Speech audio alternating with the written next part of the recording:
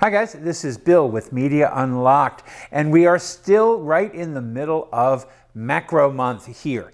So what I want to talk about right now is the Oben focusing rail. Now, for starters, I'm not really that much of a gearhead. I'm the kind of guy that says that the photographer's vision is a lot more important, that their ability to see and compose and control the light is a lot more important than gear. And you can get a great shot with anything, even the worst gear out there. Catch is, working with macro, I have discovered there are some very specific things that you can't deal with if you don't have some extra gear.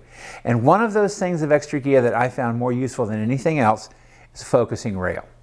Now, I took a look at focusing rails and I wanted to try the Oben focusing rail because it's kind of a mid-price focusing rail. It's got some of the features of a higher end, it's got some of the features of the lower end to make it less expensive. That's why I asked my friends at B&H to send this to me, and thanks so much for letting me borrow this for the month to try it out. Now, the basic idea behind a focusing rail is very simple. You have two axes. You have an X and a Y. One knob controls the X-axis that moves the camera side to side. One controls the Y-axis that moves it front to back. Now, the beauty of this is once you put it on your tripod, and these are designed to be used on tripods, you can tell it's just not stable. You put this on a tripod and you set it in, and then you use this one to move your camera by millimeter by millimeter by millimeter until you get exactly the spot you want in front of your lens. From there, you use this to position your camera to get exactly that spot in focus. Now, it's really hard sometimes to focus your camera. Now, I really suggest, by the way, that you use manual focus if you're doing macro photography. Your camera can't always get close enough. It can't quite tell where the borderlines are sometimes between the objects that you're focusing. And you can't let it pick for you. You've got to pick this focus point. So I really recommend macro be done with manual focus.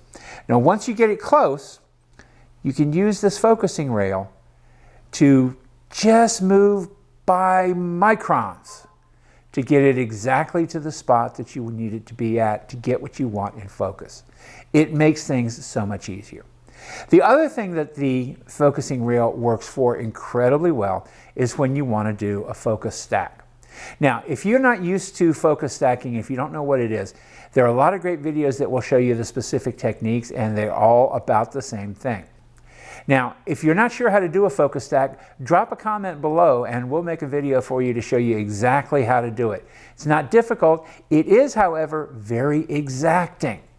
So what you do with a focus stack is you take multiple images of the same subject. Each subject then, each image, is focused slightly differently. You know how many images you need to take because you use a depth of field app that you have on your phone. They're easy, cheap, or free.